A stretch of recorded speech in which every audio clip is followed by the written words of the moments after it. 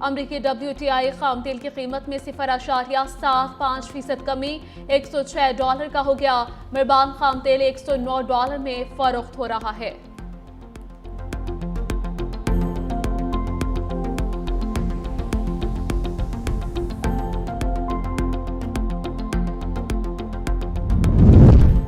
آبنائے ہرمز میں پابندیاں عالمی معیشت کا گلا گھونٹ رہی ہیں۔ سیکرٹری جنرل اقوام متحدہ نے آبنائے ہرمز میں بحری نقل و حرکت کو محدود کرنا قابل تشویش قرار دے دیا۔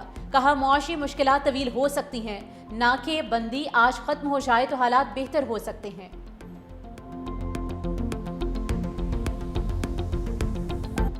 پاکستان کی خطے میں امن کے لیے کوششیں جاری ہیں۔ پاکستان نے اہم فریقین سے رابطہ رکھا۔ ترجمان دفتر خارجہ طاہر اندرابی نے کہا کہ ترکی پاکستان کی امن کوششوں کی مسلسل حمایت کر رہا ہے۔ وزیر اعظم کا سعودی عرب اور ایران کی قیادت سے بھی رابطہ ہوا۔ ترجمان دفتر خارجہ کی افغانستان کی طرف سے بلا اشتعال گولہ باری کی مذمت۔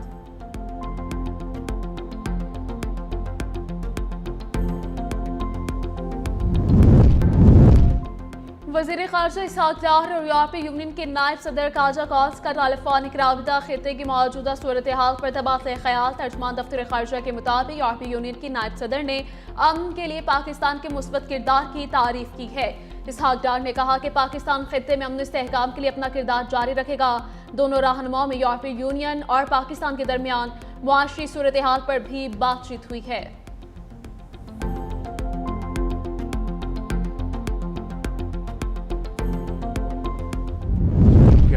وزیر اعظم شہباز شریف نے اپنا گھر اسکیم کا اجرا کر دیا۔ اہل افراد میں مختلف بینکس کے چیک تقسیم کیے۔ 20 سال کے لیے 1 کروڑ روپے تک قرضہ دیا جائے گا۔ وزیر اعظم شہباز شریف نے تقریب سے خطاب کرتے ہوئے کہا کہ آئندہ 4 برسوں میں 5 لاکھ گھر ہمارا ہدف ہے۔ اپنا گھر اسکیم پورے ملک کے لیے ہے۔ اسکیم کو کامیاب بنانے میں بے حد محنت کی گئی۔ عام آدمی کی چھت کی فراہمی حکومت کی ترجیح ہے۔ پہلے سال گھروں کے لیے 321 ارب کی فائنانسنگ مختص کی گئی۔ چیک لینے والوں میں گلگت بلتستان اور خیبر پختونخوا کے لوگ بھی شامل ہیں۔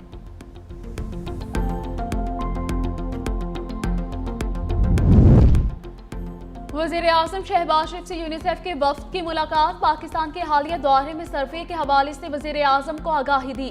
سیسے کے صحت پر اثرات پر بھی بریفنگ دی۔ شہباز شریف نے کہا کہ پولیو کا خاتمہ پاکستان کی اولین ترجیح ہے۔ حکومت بچوں کے محفوظ مستقبل کے لیے ترجیحی بنیادوں پر اقدامات کر رہی ہے۔ وفد نے بچوں کے موذی امراض سے حفاظت کے لیے اقدامات کو سراہا ہے۔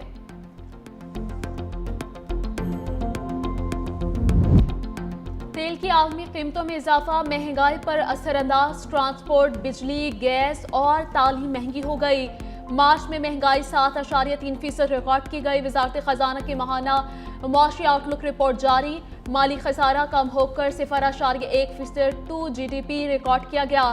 3 ماہ میں کرنٹ اکاؤنٹ سرپلس۔ ترسیلات زر اور آئی ٹی ایکسپورٹس میں اضافہ۔ ٹیکس آمدن میں 10.1% اضافہ ہوا۔ حکومتی اخراجات میں 10.9% کمی۔ ترسیلات زر بڑھ کر $30.3 ارب۔ تجارتی خسارہ بڑھ کر $25.7 ارب ہو گیا۔ غیر ملکی سرمایہ کاری $1.4 ارب ریکارڈ کی گئی۔ ملکی زر مبادلہ ذخائر $20.6 ارب تک پہنچ گئے۔ وفاقی آئینی عدالت نے سپر ٹیکس کا نفاذ آئینی قرار دے دیا۔ چیف جسٹس امین الدین خان نے 293 صفحات پر مشتمل تحریری فیصلہ جاری کیا۔ لکھا سپر ٹیکس کا نفاذ انکم ٹیکس سے آزاد اور ایک الگ ٹیکس کے طور پر تصور کیا جائے گا۔ پارلیمنٹ انکم ٹیکس آرڈیننس کے تحت آمدن پر ٹیکس لگانے کا مکمل اختیار رکھتی ہے۔ قانون سازی کے ذریعے ماضی سے ٹیکس لگانا قانونی طور پر جائز ہے۔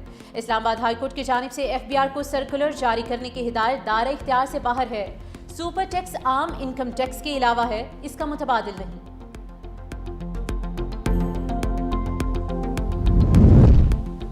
اسلام آباد ہائی کورٹ کے 3 ججز کا تبادلہ سپریم کورٹ میں challenge. Lahore high court bar ایسوسی ایشن نے حامد خان کے ذریعے سپریم کورٹ درخواست دائر کی۔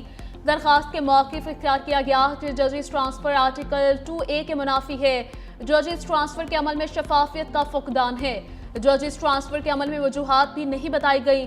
درخواست میں وفاق جوڈیشل کمیشن کو فریق بنایا گیا۔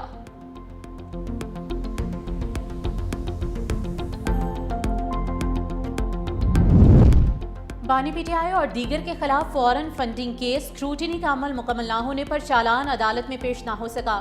شریک ملزمان سراج احمد اور فیصل قاضی کی ضمانت قبل از گرفتاری کی درخواست پر دلائل مکمل۔ عدالت نے فیصلہ محفوظ کر لیا۔ کیس کی سماعت 11 مئی تک ملتوی۔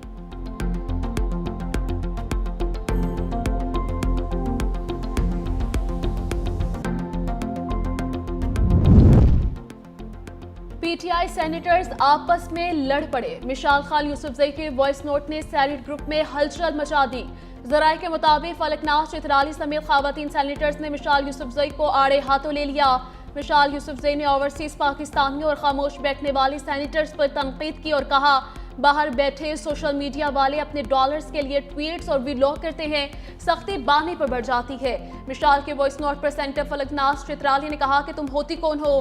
سینیٹرز نے چیئرمین بیرسٹر گوہر اور سلمان اکرم راجہ سے مشال کے خلاف پارٹی ڈسپلن کی کارروائی کا مطالبہ کیا ہے۔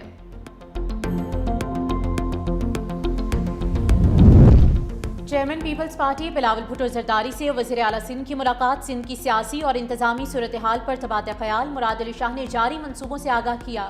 بلاول بھٹو سے پیپلز پارٹی سکھڑ کے رہنما ویرم خان مہر، گلگت بلتستان سے جعفر ابرار، سکردو سے بشارت ظہیر نے ملاقات کی۔